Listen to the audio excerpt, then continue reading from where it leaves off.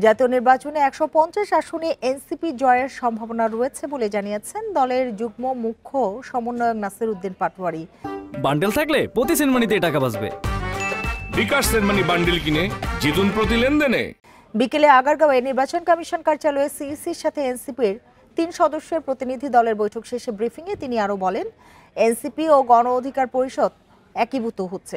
নাসির উদ্দিন পাটোয়ারি বলেন, মাঠ জরিপে দেখা গেছে আগামী নির্বাচনে নারী প্রতিনিধি, সাংবাদিক, সাবেক সেনা কর্মকর্তা এবং আলেমদের থেকেও প্রার্থী দেবে এনসিপি।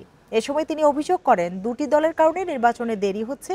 জুলাই সনদে দ্রুত স্বাক্ষর করে নির্বাচনে বাধা দূর করতে অনুরোধ জানান তিনি। বলেন, যারা দলের অধীনে আসবে তারা এনসিপির প্রতীক ব্যবহার করবে। এনসিপি বিএনপি বা জামায়াতের জোটে যাচ্ছে না বলেও জানান তিনি। ১৫ বছর ধরে লড়াই করে আসা তরুণদের দলগুলো এনসিপির ব্যানারে যোগ দেবে। নিবন্ধনের বিষয়ে ইতিবাচক ইসি, তবে সাদা শাপলা, লাল শাপলা, শাপলার বাইরে যাবে না এনসিপি।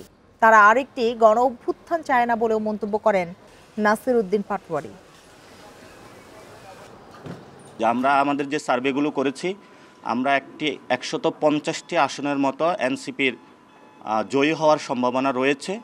আমরা সেগুলো নিয়ে ইতিমধ্যেই আমাদের একটি সকল যারা জেলার সমন্বয়কারী প্রধান রয়েছেন, আমরা তাদেরকে ঢাকায় ডেকেছিলাম।